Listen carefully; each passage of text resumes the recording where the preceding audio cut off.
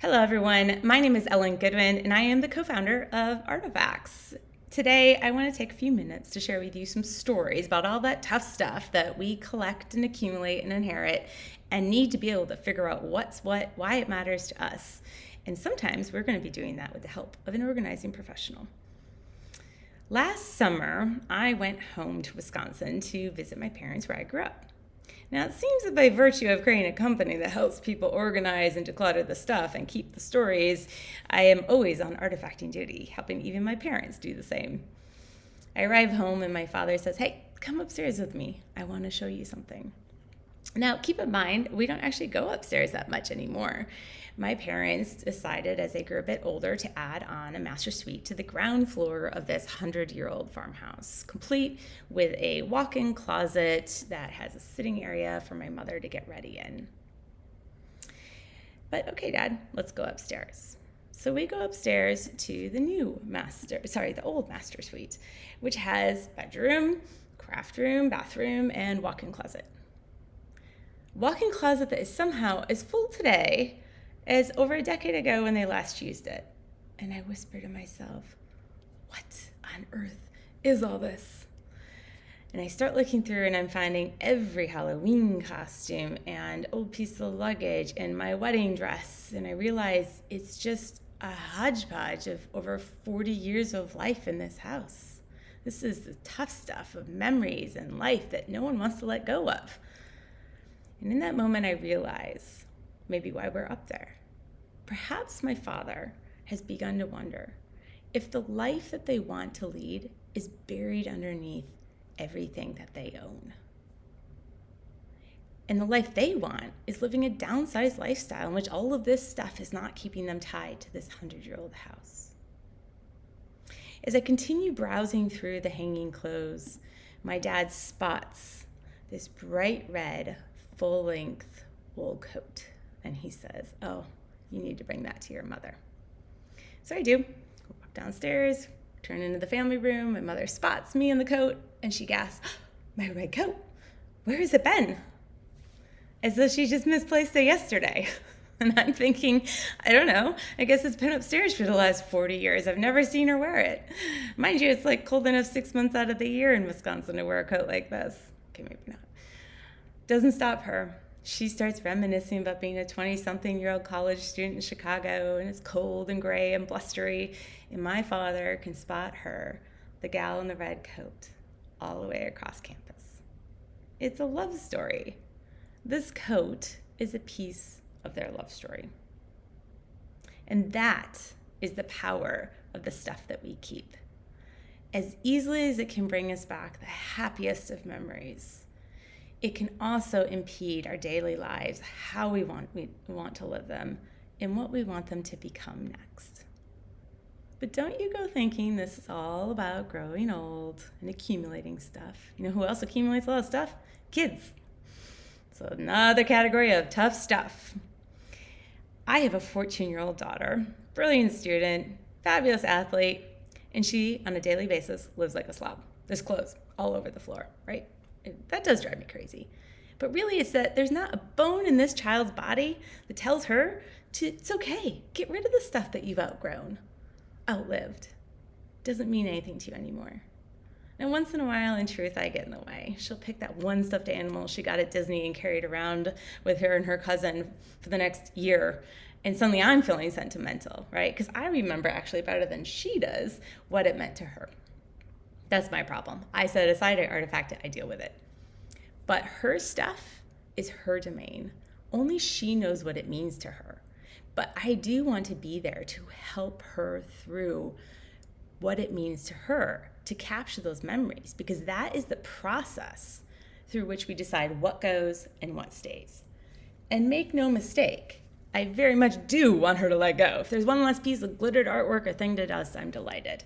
But if it does truly matter to her or to me, that's when the artifacting has to kick in. You snap a photograph, you capture the story, maybe you get their sweet selves on video explaining why on earth that fish that they made in kindergarten has one eye. They won't remember much longer, and their little voice will grow up. So the kids' stuff, both by sentiment and volume, we need to work through.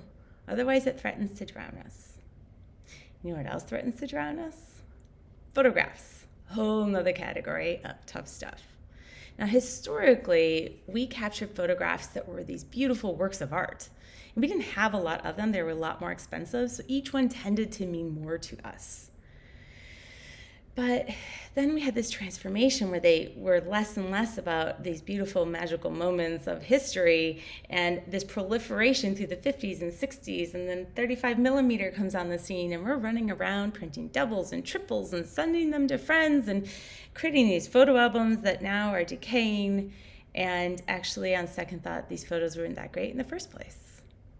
But then it's kind of like, hey, watch this, and digital photographs come along. We take an estimated 5.3 billion photos every day worldwide. That is a lot of photographs. And we have done such a disservice to ourselves in the process because we've lost the story thread, why they matter. Regular folks like us don't want to sift through the metadata on a photo to remember why it mattered to us, where we were, when we were. That's a horrible experience. And the ease of taking a digital photo also has undermined us as we declutter and organize our homes. Whereas if we follow that advice, take a photo, let it go, that now means that photo is very quickly 20 back, 100 back, 1,000 back on your phone. You've totally forgotten you took the photo of that thing. Never shared the story, never done anything to remember why it mattered to you. So today when we tell people to clean up and curate their photo collections into something more meaningful, we have a truly daunting and growing task in front of us. And it doesn't matter what kind of photo that we're talking about. My parents have these collections in their shoeboxes and digital scrapbooks, and even they are divorced from any meaning, right? I was actually going through a scrapbook, helping my parents to prepare it to digitize. And I paused to take a photo of a photo because going back to my mother, she is wearing a tennis outfit. My mother does not play tennis. This might as well be a Halloween costume. And my daughter leans over me and asks in this rather annoyed voice, "Why are you taking a picture of that? Who is it?" So you see, the reality is that one generation removed and the story is gone. A second generation removed, we don't even know who it is in that photo. It's a genealogy project. We can do better. We can curate our photos, the best of the seminal moments. We can artifact them with the stories because not every photo is worth 1,000 words. We can animate them in creepy ways. Well, Harry Potter does it pretty well. But the photos can't talk. I have 1 million photos of my kids swimming right here at UT Austin. But there's that one photo where she's smiling at me and she's flexing her arms. She just got her first BB time in USA swimming and she's euphoric. It's been years in the making and I'm equally fiercely proud of her. What do? Grab my phone, pick the photo, pick the video, and I send them to Artifacts app and I create an artifact on the spot to capture this moment in time. Now she might not care about it today, she's 14. She might not care about this 14 years from now, but she will someday. And it will be here in Artifacts, easy to share and in a bite-sized story format that is within the ever-shrinking attention span of humans. I share these stories with you not only to introduce you to the why of Artifacts and the magic, but because the majority of the people who help people to downsize and declutter their homes are women. And when it comes to stuff, it's women who, by and large, take on the burden, whether it's on the daily basis of keeping a home decluttered and organized and operational, or by inheritance. Someone passes away and we step out to help clear out that estate. But what if it does not have to be a burden? What if all of that stuff can be a joy and a source of connection? Together, we can change our relationships to stuff and to each other. We can artifact that stuff sitting on a metro, waiting at the airport, sitting at a swim meet, And now we can do so with the help of an organizational professional who has brought Artifacting into their services in order to help their clients through the tough stuff of life. All that stuff that's holding us back, the emotions, the histories behind our stuff that we've tucked away just in case or because I remember when. Professionals now can help by bringing this into their toolbox, providing a new habit to support their clients on the long term, a convenient Swedish death cleaning app, however you frame it. Artifacts can help you to declutter and organize the stuff and the memories. Thank you. Please reach out through the information in the comments, and we'll be talking with you soon.